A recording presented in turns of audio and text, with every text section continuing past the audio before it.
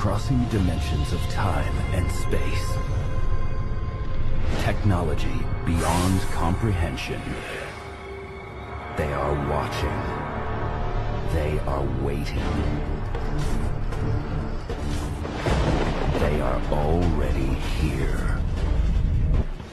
What the hell is that? I had this intense fear come over me.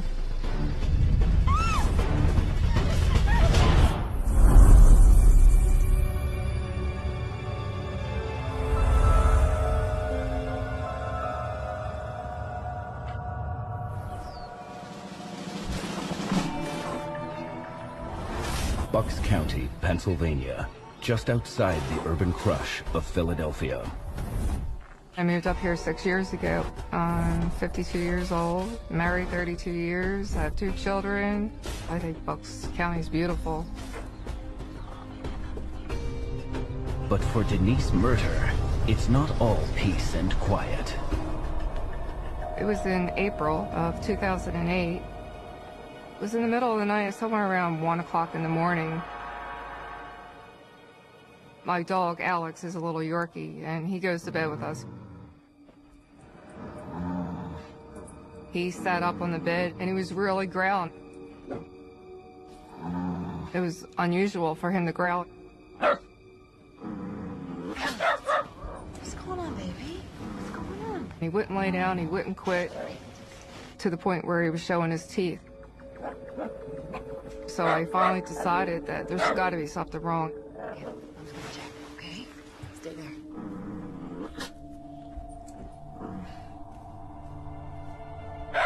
I was kind of nervous about living there on a first floor apartment, and I used to live in a house 3 stories.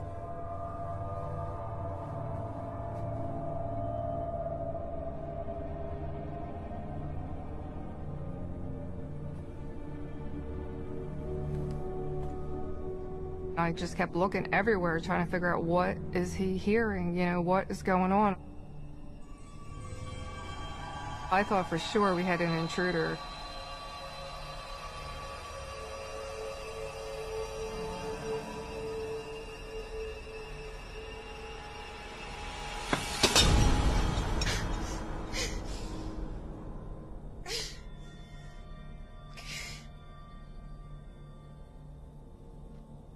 I figured since I'm up that I would search around the back to make sure there wasn't like an animal coming out of the woods or a deer out back.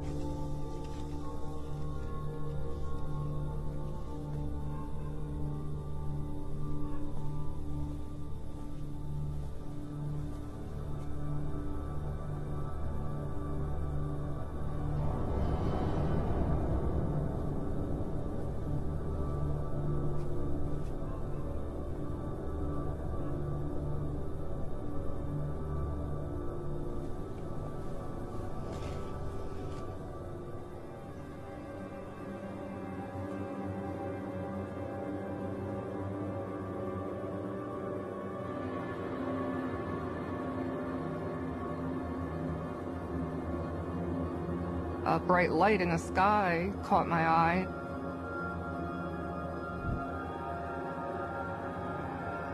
It looked like headlights of a car.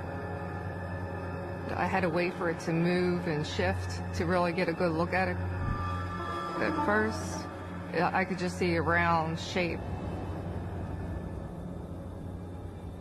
My parents worked with airplanes, so I knew it wasn't a plane, and I knew it wasn't a helicopter. And it wasn't like an airplane moving across the sky. It would go from one point to another point and stop. I felt like the object was scanning the area, the way it was moving, looking for something. I had this terrible, terrible fear come over me.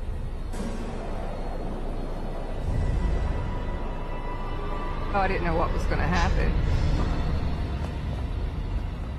I was worried. Why? Come, hurry up, man. Come on. Why? I was just standing here and there was all these lights are in there. There's this huge thing in the sky. I don't see it. But it was huge in the light. I couldn't see it. What did you see? My heart. It was massive.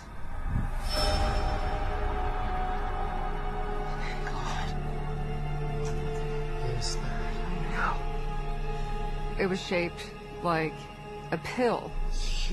It had the round edges, and then there was this boomerang shape, almost like a fender of a car attached to this round part. There was no wings, there was no propellers, there was no sound, it was dead silence. It left no trail, no sound. It was gone in an instant. What was that? I knew it was nothing that I've ever seen in my life. You saw what I saw that. That's crazy. Don't tell anybody about this, okay? Let's go back to bed. We'll talk about it in the morning. Talk about it in the morning, okay? I'm not supposed to tell anyone. We're gonna think you're crazy. But what am I supposed to do? Come on, let's go back to bed. Dad, don't go to bed. It's probably still out there. Let's go back to bed. My husband, Dan, is afraid I'd be ridiculed. But I just felt so strongly about it. I just had this terrible urge that I had to say what I saw. The next morning, Denise contacts the editor of the local paper. I don't know what possessed me to call the newspaper because I'm not that type of person. I told him about my incident. He said, I want you to do me a favor and contact MUFON. The Mutual UFO Network is an international organization that investigates UFO sightings around the world. We get about 1 case per day in Pennsylvania to investigate. Of those cases, we probably can eliminate 80% as an identifiable flying object. I'm always skeptical because a lot of people want to believe, and there's a difference between having a good case with evidence and just wanting the case to be real. I got involved in this case with Bob Gardner, my chief investigator for Pennsylvania. What impressed me with Denise was that she was ready to tell her story.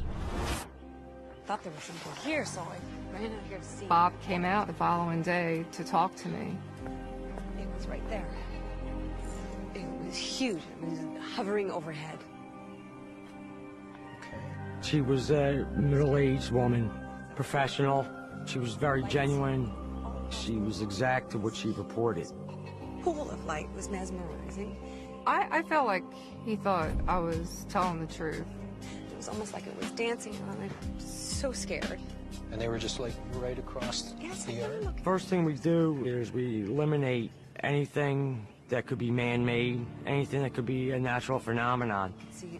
I could see a ton of it. And there were... I didn't see any lights or anything that could be construed as a UFO, and I had a general idea how the moon was at that time of the day, so I knew it wasn't the moon. Tell me more about the lights. Was it more of kind of a wash across the whole area, or were there beams, or? All over my lawn there was just lights. What did Denise see hovering above her yard? You know, one of the things we had to work through was, is this our craft? Is this a military craft? I just kept going through the aircrafts that I knew growing up, being down at the airport all the time with my father. Willow Grove Air Force Base is close by. And I did think, is it something that they were doing? Dr. Scott Miller tracks developments in classified aircraft technology known as black projects. There have just been tremendous technological advancements that have taken place in the so-called black world. It's estimated the Air Force budget yearly for classified aircraft is in excess of $10 billion. The Department of Defense and various agencies have made no bones about it. They want to broaden the stealth bandwidth. They want to go completely from the acoustic range all the way through electromagnetic, through the visible regime, and if possible, the ultimate would be a vehicle that is invisible. You end up with aircraft that typically have a non-traditional form, and that creates potentially a strange sighting for somebody. But the craft Denise saw was completely silent. Nothing could move like that without some kind of sound. There's absolutely no way to make anything perfectly silent. You would have to have something that is 100% efficient in order not to produce noise.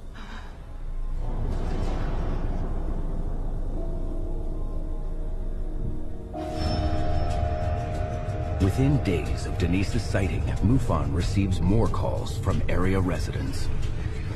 The reports started trickling in that people are seeing something in the skies. All of a sudden, we're getting 15 cases a day. You know, I'm kind of skeptical, but there was so many reports. One of these reports has an eerie similarity to Denise's sighting. You have to believe something was flying over this area.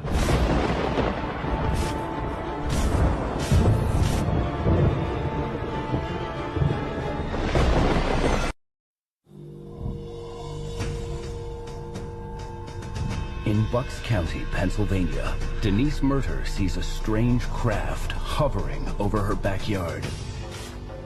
Don't tell anybody about this, okay?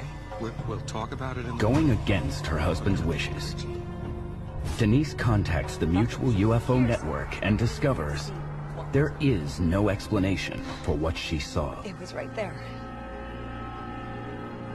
It was huge, hovering overhead. I did think for a second, did that really happen? I thought for sure people were really going to think I'm bonkers. Then, just days after Denise's sighting, MUFON receives a call from another Bucks County resident. We had a good witness by the name of Cliff Taylor. He was sleeping. It was around 4 in the morning, and his dog started barking and woke him up.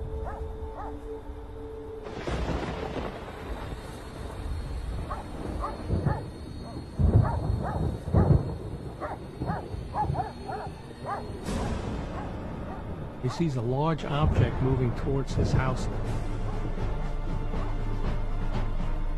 It couldn't be an airplane because of how slow it was moving.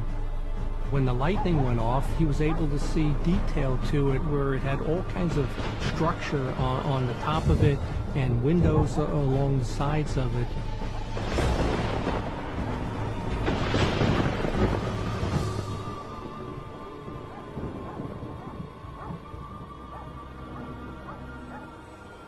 I was really glad to hear about Cliff's story just to prove there was something really going on.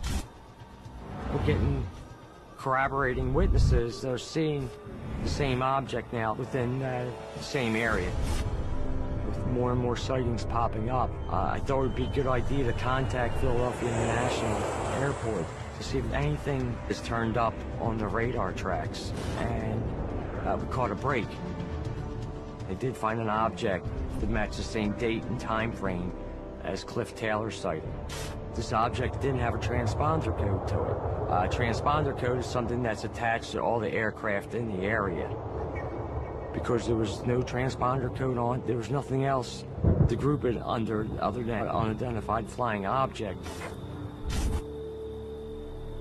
Did the craft come from beyond our Earth?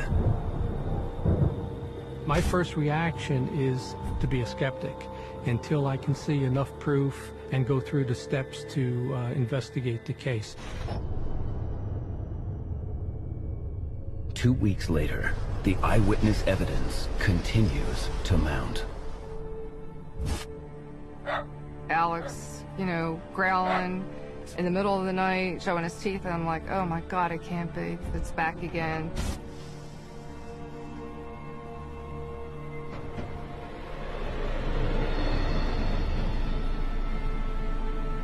I could see a lot of lights. I could actually see like tiny little windows on the craft. I just remember feeling desperate to have proof of what I saw. I usually keep my camera by the back door. I just was trying to do the best that I could at this point. Just keep aiming it up in the air and keep snapping and hope I got something. My camera was really acting crazy. I feel like the craft is knowing that I'm watching it. I felt like they were surveilling the area, like they were looking for something. It was beaming down lights in the trees at different areas around my yard.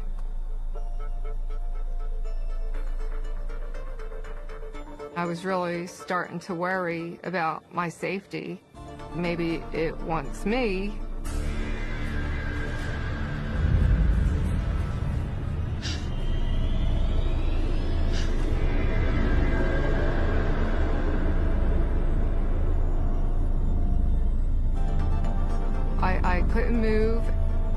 I felt like I was paralyzed.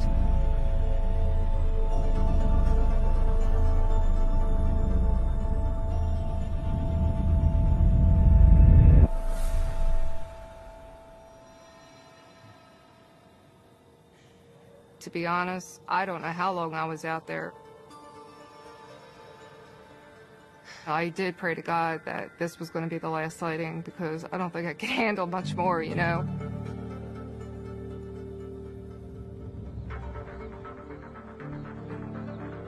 I contacted Bob Gardner. I said, Bob, you're not going to believe this. I said, but it happened again. This is the exact... She had pictures of the object, and that is rare. See what we got. A lot of times people don't think to take a picture. They're more excited about seeing something and want to keep an eye on it. I don't really think I captured anything wonderful. Some of them were just like colorful lines.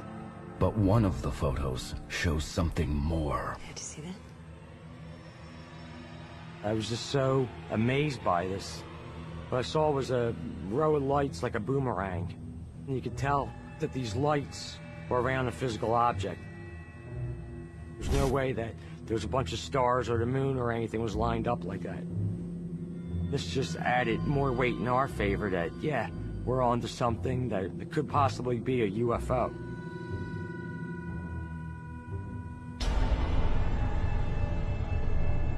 It was really disturbing.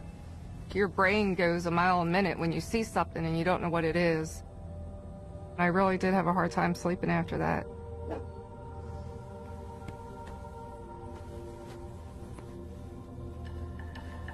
It just felt like they're on some type of mission to get something, but I didn't know what.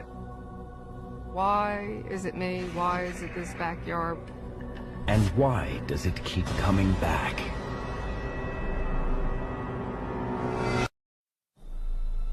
When a strange ship visits her backyard for the second time, Denise Murter manages to capture an image on camera.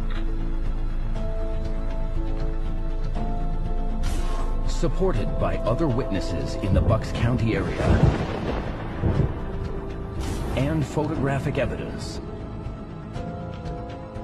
and with no other plausible explanation, MUFON investigators believe Denise caught sight of a UFO. There were certainly things going on here that didn't seem to be conventional or of our technology. For Denise, the bizarre experiences are far from over.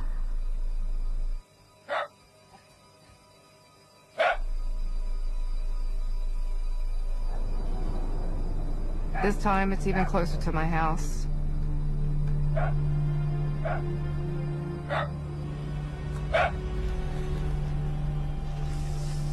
I could see it plain as day. It was hovering over a tree right outside my bedroom window. It couldn't get any closer, or I don't know, it'd be on top of the apartment building. I just couldn't get my eyes off of it. I had this intense fear.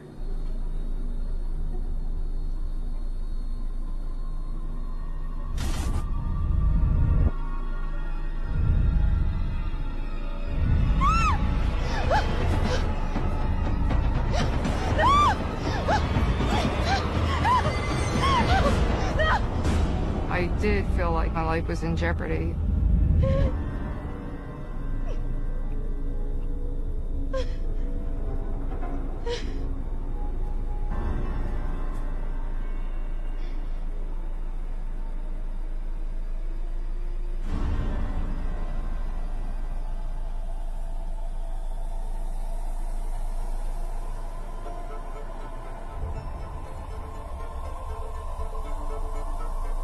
All this glitter came out of the craft and it went into two different trees. It was sparkling like Christmas lights. I actually closed my eyes and opened them back up. I'm like, oh my gosh, am I dreaming?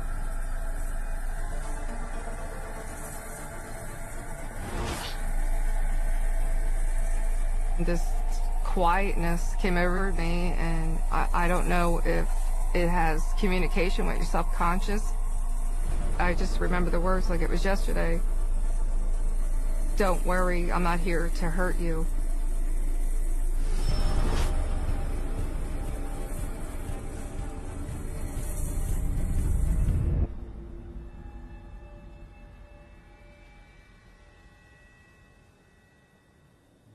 As fast as it came, it just disappeared. I did really feel in my heart that that was a UFO.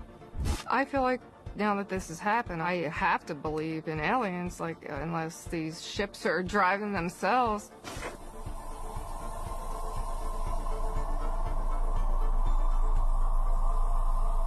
Is life beyond Earth possible? Dr. Daniel Bachelder is involved in the search for planets capable of supporting life beyond our solar system. The only place we have found life in the universe, of course, is on the Earth, which is a planet. So if we're looking for the evidence of life outside of the Earth, we think that we have to have a planet. The number of planets that we are finding outside of our solar system is increasing daily. That is increasing the chances of there being life elsewhere in the universe. But could an alien spacecraft travel the vast distance from a faraway planet to Denise's backyard? To actually send an object out there is a question of propulsion, essentially. We know what is needed for interstellar travel. There are a few tweaks that we need to make here and there to our current technology, but we ourselves, within the next 100 years or so, could actually be capable of visiting other planets. So the thought that there are other beings out there that may be more highly evolved than us or have better technology visiting our Earth, it's not something that you can immediately discount. The next day was rough. I really thought, who in the hell is going to believe this story? On July 8th, Denise called me saying, Bob, the object came back, and this time it was there for about 40 minutes, and it released a debris field that came down that was all sparkly.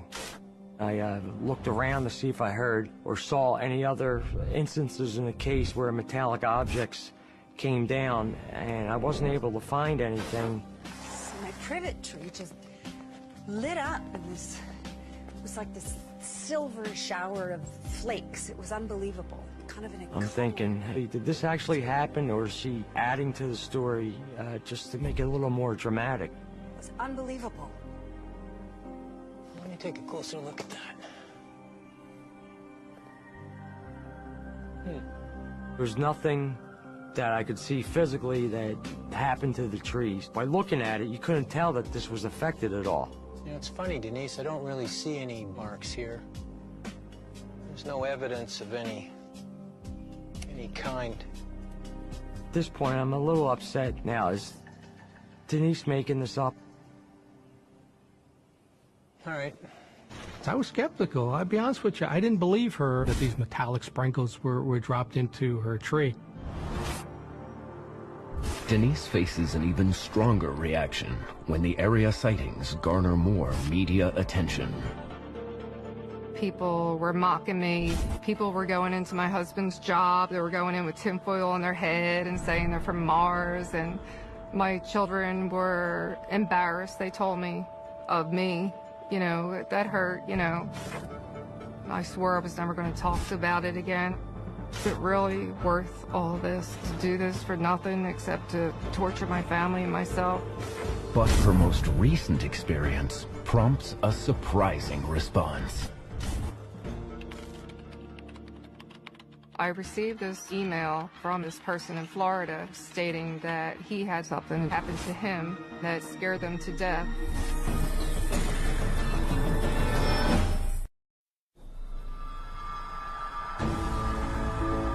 When a strange craft visits her backyard for the third time, Denise Murder's unusual experiences move from surreal to the utterly bizarre.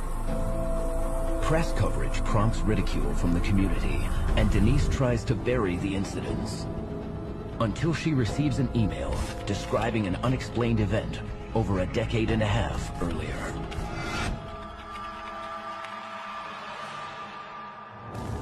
My name is Jared Lee. I'm a graduate student at the University of Florida. I'm an aerospace engineer.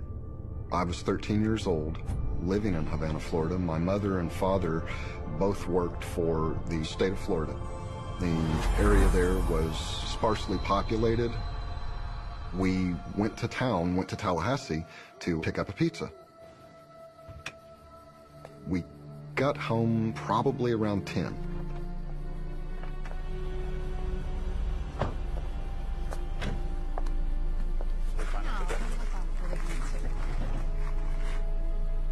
You guys seen this?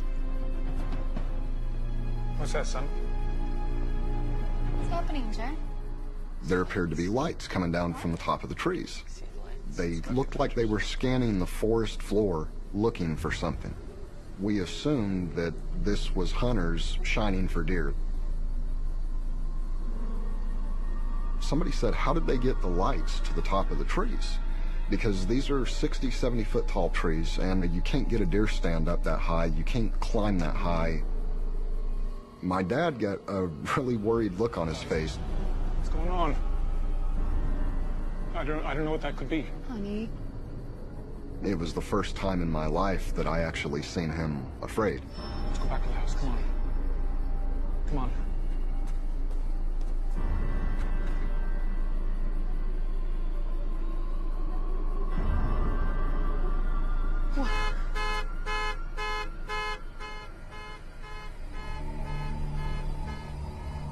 All of a sudden, from the left side, this large red ball of light, at least 5 feet in diameter. And then from the right, you had another bluish green colored ball of light glide up to where these lights were coming from. Both of the balls of light disappeared, and it was complete darkness for maybe a second or two. Jared, baby, we gotta go inside. And then this gigantic beam of light, a glistening golden white colored light, shines straight to the floor of the forest. The entire forest lit up. You could see the particles glistening all through the forest. I don't know what's going on. At the very top of the light, you could make out the entire craft. The size of the thing was unbelievable. What the hell is that? So the phenomenon was ongoing for probably between 10 and 15 minutes total. Oh my God! Never heard a sound, never seen it move. It clicked off, and it was gone.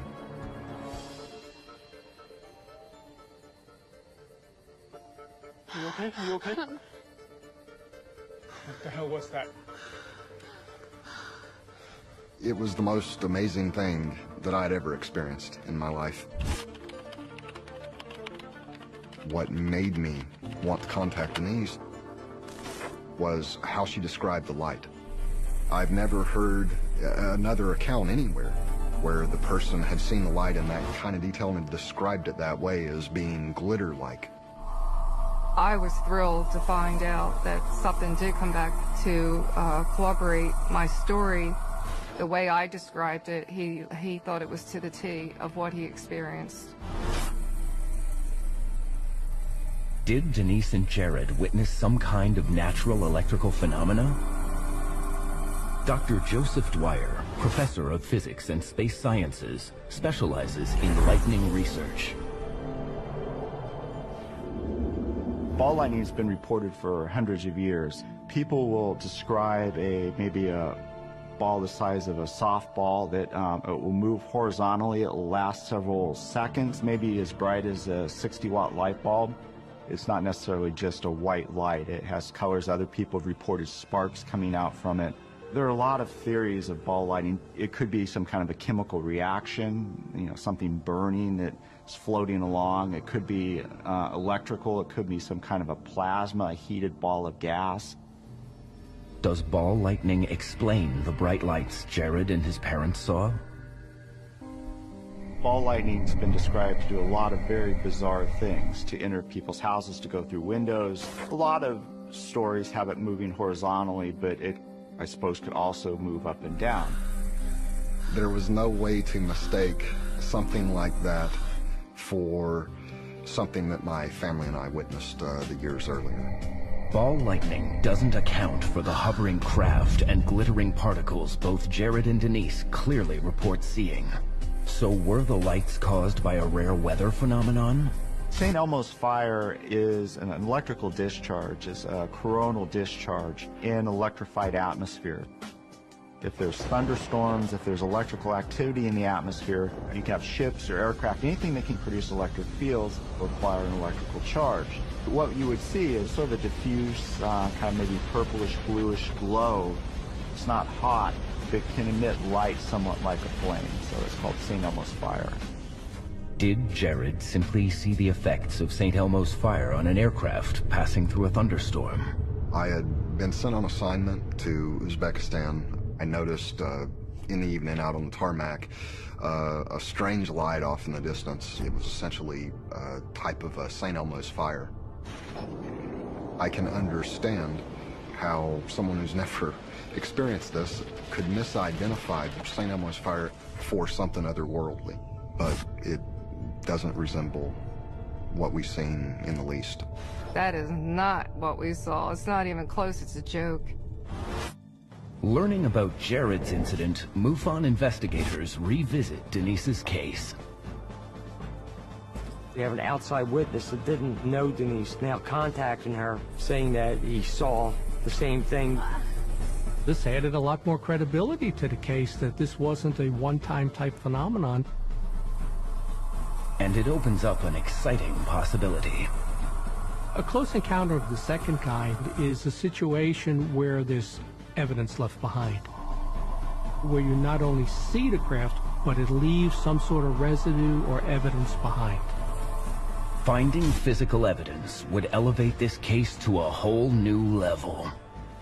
Those encounters are rare. Look at this. In 2008, Denise Murter witnesses a strange craft showering the trees in her backyard with glittering light particles before vanishing into thin air. 17 years earlier, Jared Lee experiences a similar event. I don't know how anybody could come up with a story like this if, you know, you're a sane person. You know what I mean? It's just something that you never hear of. In light of Jared's recent report, MUFON investigator Bob Gardner turns his attention to the trees in Denise's backyard. Look at this. In July, these leaves are showing signs of severe aging. Signs of aging that they shouldn't be showing in October. It's something rapidly caused these leaves to age. So that's why I figured, let me collect the evidence and I'll send it out to the lab. I made this almost like a crime scene. I made sure I put rubber gloves on to collect the samples. I took samples from the privet tree that was affected and the soil, and the maple tree and the soil. Then he went down the street from me and found a similar tree to my tree in the backyard, and he took samples from that tree. A control sample lets the labs know what the baseline reading should be for that area. I immediately bagged everything up to keep it from being contaminated. The way Denise described the sparkles were that they were just hovering there, floating around in the air. I kind of thought that these could have been some kind of sensors or some kind of a experiment going on. Maybe this is some sort of a probe that's being dropped into the trees to take samples and then was being pulled back up into the ship for whatever purpose that they had. I was hoping that by sending these out to the lab to be tested, that we would get some answers. 1,000 miles away in Florida, Jared Lee works to identify the craft he saw 17 years earlier. I honestly believed that it was something that our military had, that they had maybe gotten off course. Havana is situated in the panhandle of northern Florida, and we have many large military bases that specifically built with aircraft. It wasn't uncommon to see military aircraft in the area. So I spent a lot of my time in the library, every book I could read on aircraft, space vehicles, rockets, experimental aircraft.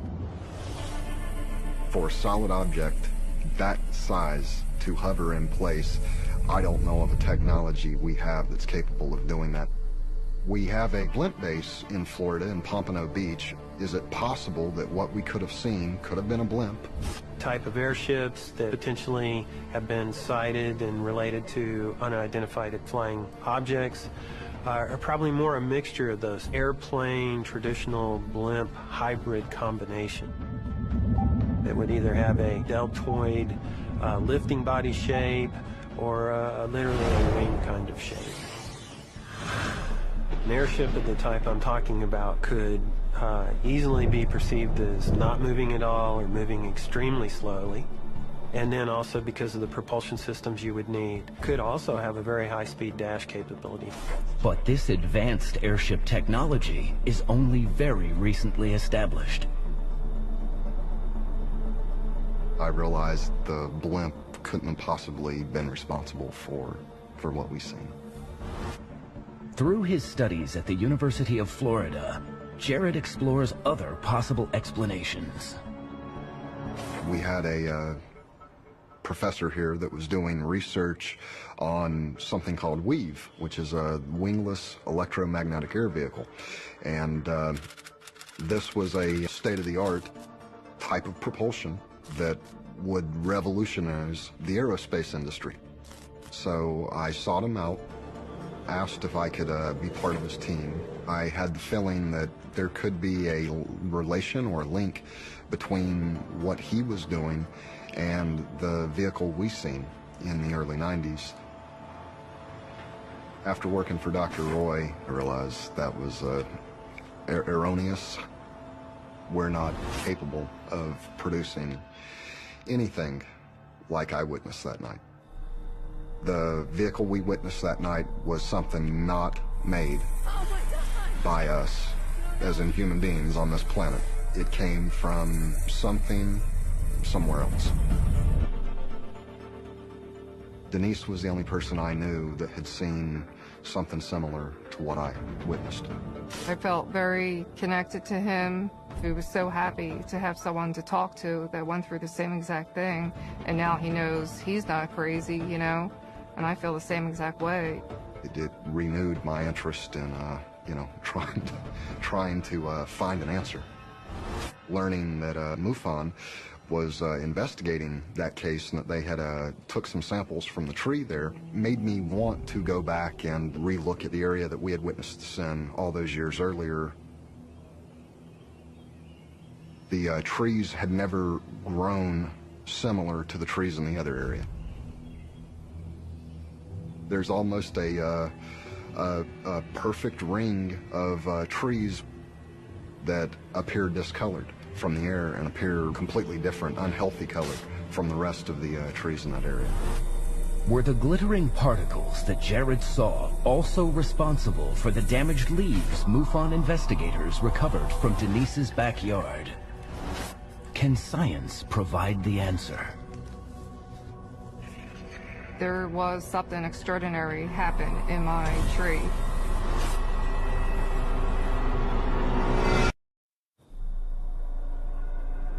In Bucks County, Pennsylvania, during the summer of 2008, a mysterious craft releases an astonishing shower of glittering particles across Denise Murder's backyard. There was something extraordinary happen in my tree. Looking for trace evidence, MUFON investigators send samples of the affected leaves to the lab. Physical evidence plays an important role in any case that we have. The more evidence we can gather, the better judgment we can make on the case. I was curious about what they found when they analyzed those tree samples. Is there some sort of chemicals, some sort of residue that's left on the leaves? Phyllis Budinger, an analytical chemist, specializes in identifying unknown molecular substances. My major emphasis is on infrared spectroscopy. You look at the substance with infrared light, and the molecular vibrations interact with the infrared light at various frequencies. The resulting spectrum is unique for each individual molecule. It's just like DNA is unique to each individual. What I was looking for was anything unusual on the leaves and in the soil that should not be there. I could not detect anything. When nothing shows up on the molecular level, Phyllis takes a different tact. I sent the samples to a lab for elemental analysis, which has the acronym ICP, which means inductively coupled plasma. It's a really good technique for identifying elements. There is elevated boron on the privet leaves and not on the control leaves. Boron is an element. It's number 5 on the periodic table.